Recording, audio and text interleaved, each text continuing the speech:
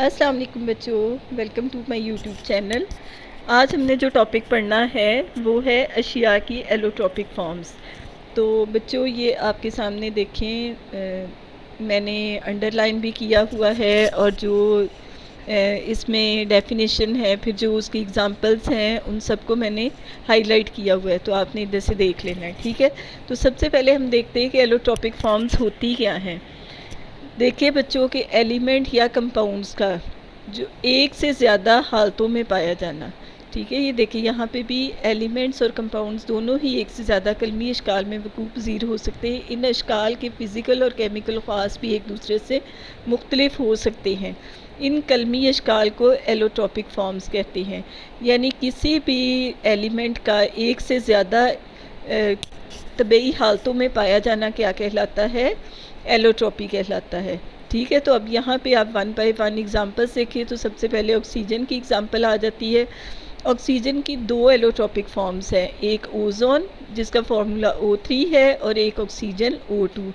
फिर उसके बाद आ जाता है कार्बन। कार्बन की जो है वो तीन एलोट्रॉपिक फॉर्म्स हैं जो यहाँ पे लिखी हुई हैं, डायमंड, ग्रेफाइट और बकमिंस्टर फ्लोरीन्स। डायमंड से तो बच्चों आप वाकिफ़ ही हैं कि डायमंड जो ज्वेलरी वगैरह में यूज़ होता है। उसके बाद ग्रेफाइट जो है उसमें कार्बन की हेक्सागोनल रिंग्स आपस में जुड़े होते हैं। ग्रेफाइट जो है ना, आपने पेंसिल देखी होगी, जो पेंसिल का सिक्का या फिर बैटरीज़ के अंदर जो इलेक्ट्रोड होते हैं वो अक्सर ग्रेफाइट के होते हैं।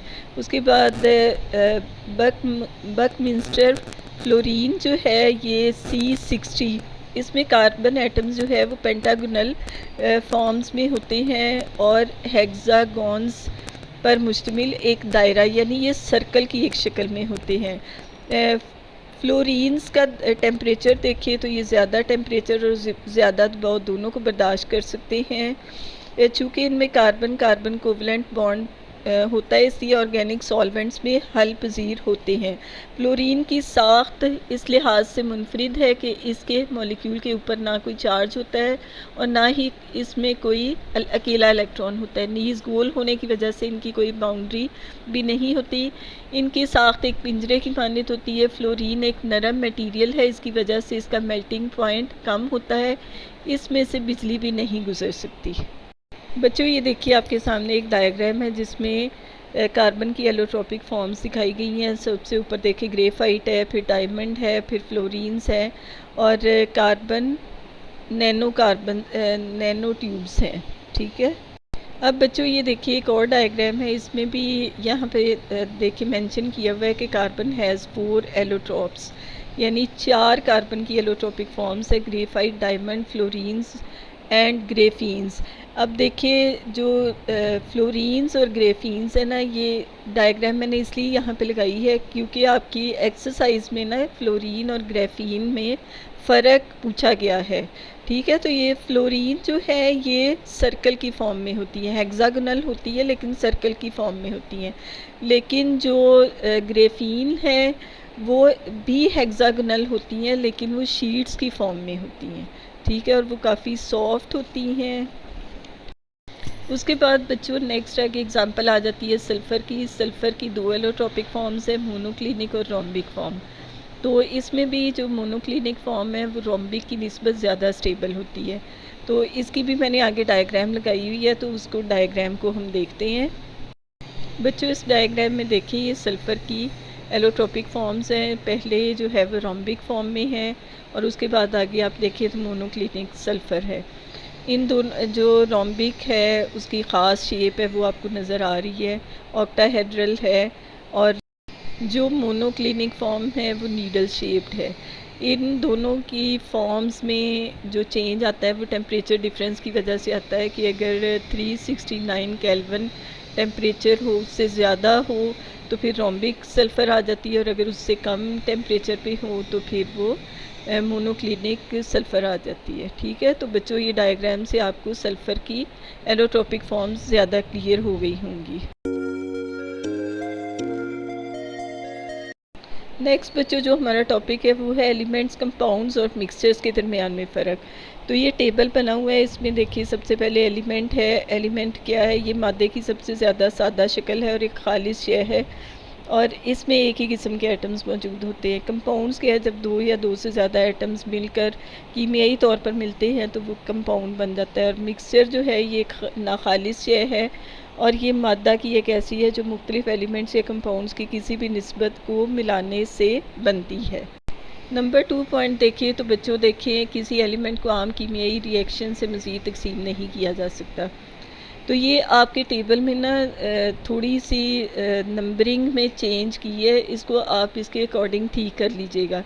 मतलब ये कि इसके जो पॉइंट्स दिए हुए थे ना वो एक दूसरे के साथ रिलेट नहीं कर रहे थे, तो मैंने उसको तरतीब को ठीक करने की कोशिश की है। तो आप ये जो मैंने टेबल बनाया है ना उसके अकॉर्डिंग देख लीजिएगा। अब क्योंकि नंबर 2 पे ये देखिए उसके साथ रिलेट करता हुआ पॉइंट है कि हमारे लिए ये मुमकिन है कि किसी कंपाउंड में मौजूद एलिमेंट्स को केमिकल रिएक्शन की मदद से अलहदा कर दें। वो एलिमेंट को हम अलहदा नहीं कर सकते थे, लेकिन कंपाउंड को हम अलहदा कर सकते हैं।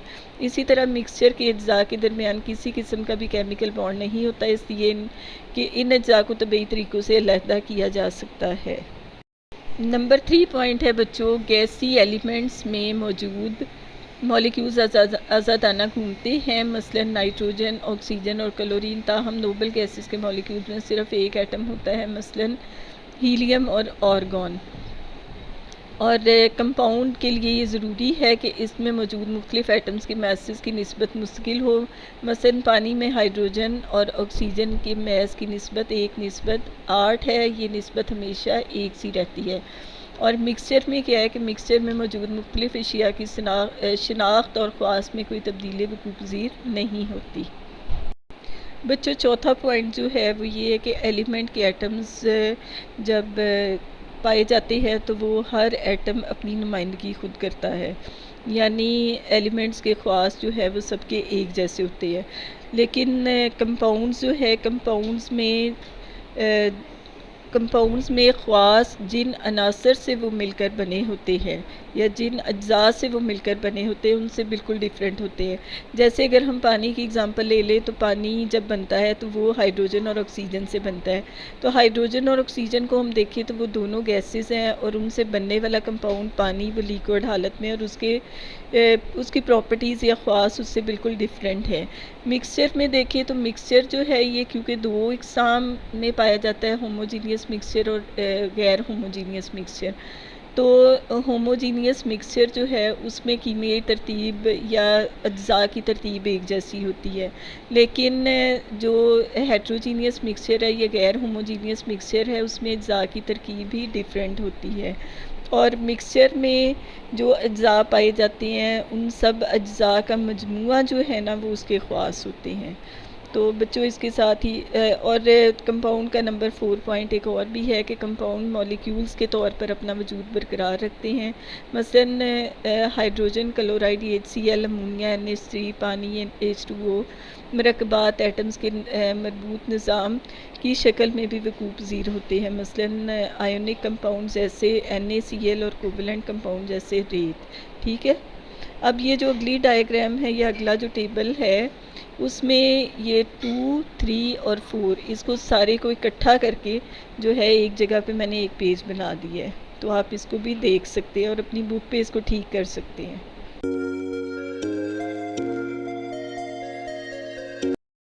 नेक्स्ट बच्चों जो हमारा टॉपिक है वो है सोल्यूशन, कोलाइडल सोल्यूशन और सस्पेंशन। तो ये आपके सामने स्क्रीन पे शो हो रहा है, तो मैंने भी यहाँ पे भी मैंने अंडरलाइन किया हुआ है, जहाँ पर जो जो डेफिनेशन स्टार्ट होती है वो मैंने साथ उसको मेंशन किया हुआ है। ठीक है, हेडिंग दी हुई है, तो आप इसी तरह अपनी बुक पे कर लीजिएगा। तो सोल्यूशन बच्चों एक ऐसा मिक्सचर है जिसमें सोल्यूट और सॉल्वेंट, सोल्यूट कहते हैं जो कम मिकदार में होता है, और सॉल्वेंट होता है जो ज़्यादा मिकदार में हो। तो सोल्यूट जैसे सोडियम क्लोराइड है, क्लोराइड का सोल्यूशन है, तो उसमें सोडियम क्लोराइड जो है वो सोल्यूट होगा, और जो पानी अगर उसको पानी में हल किया जाता है तो वो सॉल्वेंट होगा। तो सॉल्यूशन एक ऐसा मिक्सचर है जिसमें सॉल्यूट और सॉल्वेंट दोनों अच्छी तरह से मिक्सअप हो जाएं, ठीक है, दोनों में से कोई भी ज़रा दिखाई ना दे। तो अगर ऐसे सॉल्यूशन को हम फ़िल्टर करते हैं तो फ़िल्टर पेपर के ऊपर भी कोई भी आपको चीज़ नज़र नहीं आती, ठीक है। तो इस तरह के सॉल्यूशन को हम हकीकी सॉल्यूशन कहेंगे। इसके बरक्स अगर हम देखें सस्पेंशन को, तो सस्पेंशन में सॉल्यूट और सॉल्वेंट आपस में अच्छी तरह से मिक्स नहीं होते, ठीक है। उसमें अगर हम उसको मिक्स करने के बाद थोड़ी देर रख भी देना तो जो सॉल्यूट के ज़रात हैं वो नीचे बैठे हुए नज़र आएंगे आपको, ठीक है। अगर उसको हम फ़िल्टर करते हैं तो फ़िल्टर पेपर के ऊपर जो सॉल्यूट के ज़रात हैं वो रह जाते हैं, ठीक है। तो इस तरह का जो सॉल्यूशन होता है ना उसको सस्पेंशन कहेंगे, ठीक है। इसकी एग्ज़ाम्पल में चाक का पाउडर जब उसको पानी में मिक्स किया जाता है तो वो एक सस्पेंशन बन जाता है। और नीचे वाला पैराग्राफ देखिए तो उसमें कोलाइडल सॉल्यूशन है। कोलाइडल सॉल्यूशन में ज़रात जो सॉल्वेंट के साथ यकजा नहीं होते। ये ज़रात हकीकी सॉल्यूशन में मौजूद ज़रात से थोड़े से बड़े होते हैं, लेकिन इतने बड़े नहीं होते कि इनको सस्पेंशन के ज़रात की तरह आम आँख से देखा जा सके, ठीक है। कोलाइडल सॉल्यूशन को भी थोड़ी देर पड़ा रहने दो तो इसके ज़रात नीचे नहीं बैठते, मतलब आपको नज़र नहीं आते कि नीचे बैठे हुए हैं। और हकीकी सॉल्यूशन की तरह अगर फ़िल्टर किया जाए तो ये भी फ़िल्टर पेपर के ऊपर भी आपको कोई भी ज़रात नहीं नज़र आएंगे, मतलब जो भी ज़रात हैं वो अंदर से गुज़र जाएंगे। तो स्टार्च सॉल्यूशन और अंडे की सफ़ेदी का सॉल्यूशन जो है वो कोलाइडल सॉल्यूशन की आम एग्ज़ाम्पल है। बच्चों ये जो डायग्राम है ना, ये तीनों को सॉल्यूशन, कोलाइडल सॉल्यूशन और सस्पेंशन को बड़े अच्छे तरीके से एक्सप्लेन करती है। अगर इनके पार्टिकल्स देखें तो देखिए सॉल्यूशन में कोई भी पार्टिकल्स आपको नज़र नहीं आ रहे। कोलाइड में देखें तो कोलाइडल में छोटे छोटे पार्टिकल्स आपको नज़र आ रहे हैं और सस्पेंशन में काफ़ी बड़े बड़े पार्टिकल्स नज़र आ रहे हैं। मतलब ये कि तीनों के पार्टिकल्स का या सॉल्वेंट सॉल्यूट के पार्टिकल्स का जो डिफरेंस है उसकी वजह से ही जो है तीनों सॉल्यूशंस में फ़र्क है। तो इनके नीचे देखिए 1 नैनोमीटर से छोटे सॉल्यूशन के पार्टिकल हैं, 1 नैनोमीटर से लेके 1000 नैनोमीटर तक कोलाइडल सॉल्यूशन के, और 1000 से बड़े जो हैं वो सस्पेंशन के हैं। तो उम्मीद है बच्चों इससे आपको तीनों में डिफरेंस की समझ आ गई होगी। बच्चों नेक्स्ट टॉपिक हमारा जो है वो है formation of unsaturated and saturated solutions.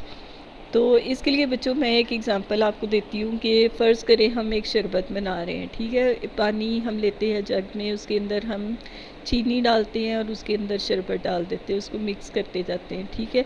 तो अब ये जो हमारा सॉल्यूशन बना है ना, इसमें कैपेसिटी है कि हम इसमें और भी चीनी डाल सकते हैं। तो ये वाला सॉल्यूशन जो होगा ये अनसैचुरेटेड सॉल्यूशन होगा। लेकिन अगर हम उसमें चीनी डालते जाएं और मिक्स करते जाएं, एक टाइम ऐसा आएगा कि चीनी तय में बैठना शुरू हो जाएगी, ठीक है। उसके बाद आगे चीनी हल नहीं होगी, तो बच्चों ये हमारा सैचुरेटेड सॉल्यूशन बन जाएगा, ठीक है। तो यही आपकी बुक में बताया हुआ है कि इसकी डेफिनेशन आप देखें कि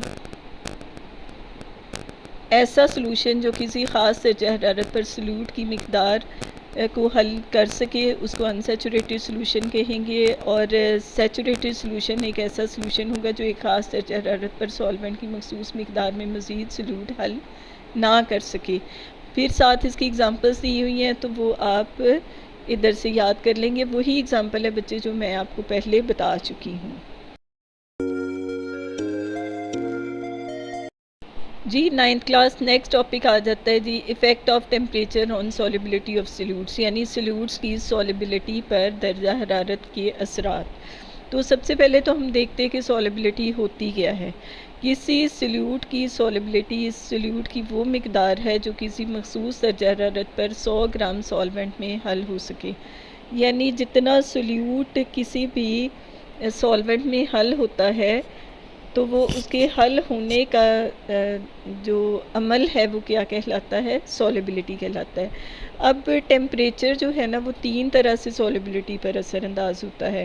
कुछ सॉल्यूट्स जो है उनका अगर हम सॉल्वेंट का दर्जा हरारत बढ़ा दें तो उनके दर्जा हरारत बढ़ाने से सॉलिबिलिटी बढ़ जाती है। फॉर एग्ज़ाम्पल इसमें देखिए पोटाशियम नाइट्रेट है, सिल्वर नाइट्रेट है, पोटाशियम क्लोराइड है। इनकी सॉल्युबिलिटी दर्जा हरारत बढ़ाने से बढ़ जाती है, लेकिन कुछ सॉल्यूट्स ऐसे हैं जैसे सोडियम क्लोराइड है, उसको टेम्परेचर के बढ़ाने से कोई फ़र्क नहीं पड़ता। ठीक है। तीसरी कंडीशन जो आ जाती है वो सॉल्युबिलिटी दर्जा हरारत बढ़ने से कम होती है, जैसे कि लिथियम कार्बोनेट है, कैल्शियम क्रोमेट है। आम तौर पर पानी में गैसों की सॉल्युबिलिटी दर्जा हरारत बढ़ने से कम हो जाती है। इसी तरह देखिए बच्चों, कॉपर सल्फेट और सोडियम नाइट्रेट है, उसकी भी सॉल्युबिलिटी दर्जा हरारत बढ़ने से बढ़ जाती है, लेकिन कैल्शियम हाइड्रोक्साइड की सॉल्युबिलिटी दर्जा हरारत बढ़ने से कम हो जाती है। ये बच्चों सामने आपकी जो डायग्राम दी हुई है उसमें देखें डिफरेंट केमिकल्स की सॉल्युबिलिटी टेम्परेचर के साथ साथ चेंज हो रही है, किसी की बढ़ रही है, किसी की कम हो रही है, किसी में बिल्कुल चेंज नहीं आ रहा। जैसे ये देखिए सोडियम क्लोराइड NaCl वो बिल्कुल स्ट्रेट लाइन है, उस पर कोई चेंज नहीं आ रहा। ठीक है बच्चों, इसके साथ ही आपका चैप्टर नंबर 1 भी ख़त्म हो जाता है और आज की वीडियो भी ख़त्म हो जाती है। उम्मीद है कि आपको ये वीडियो अच्छी लगी होगी। मेरे चैनल को सब्सक्राइब करना, लाइक करना और शेयर करना ना भूलिएगा। Thank you so much. Allah हाफिज़।